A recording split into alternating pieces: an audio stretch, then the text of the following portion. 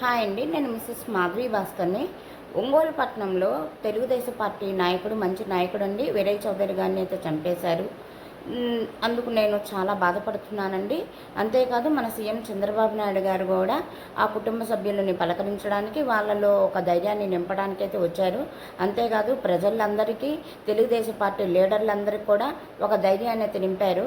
ఈ వీరయ్య చౌదరి గారి మరణానికి కారణమైన వాళ్ళని పట్టుకొనటానికి 12 టీములుగా తయారు చేశాము.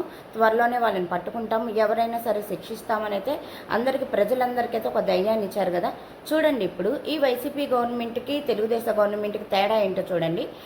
ఎక్కడైనా సరే చనిపోయినా కానీ, ఏదైనా శవం కనిపించినా కానీ వీళ్ళు ఏం చేస్తారు, వైసీపీ గవర్నమెంట్ వాళ్ళు రయ్యను వచ్చేస్తారనమాట.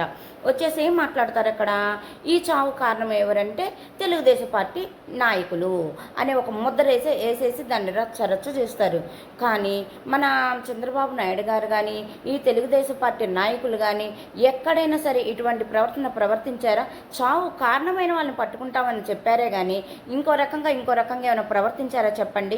అంతేకాదండి, ఇప్పుడు ఈ వైసీపీ గవర్నమెంట్లో అనిల్ కుమార్ అనే గొప్ప వ్యక్తి ఉన్నాడు కదా, అతను ఏమన్నాడు, నెక్స్ట్ గవర్నమెంట్ మేమే వస్తాము, ఈ తడవ వచ్చినప్పుడు ఈ గవర్నమెంట్లో మేమేం చేస్తామంటే తెలుగుదేశం పార్టీ లీడర్లని ఊచకోత కోస్తాము, ఊచకోత అంటే ఏంటో చూపిస్తాము అన్నారు. దాన్ని ఆధారంగా తీసుకొని మన చంద్రబాబు నాయుడు గారు కానీ, ఈ తెలుగుదేశం పార్టీ నాయకులు కానీ ఈ చావు కారణము ఎవరు, వీరయ్య చౌదరి గారి చావు కారణము ఈ వైసీపీ నాయకులని ఎక్కడైనా ముద్రేశారో చెప్పండి. ఇదేనండి మనకి ఏ రాజకీయాలు వద్దు.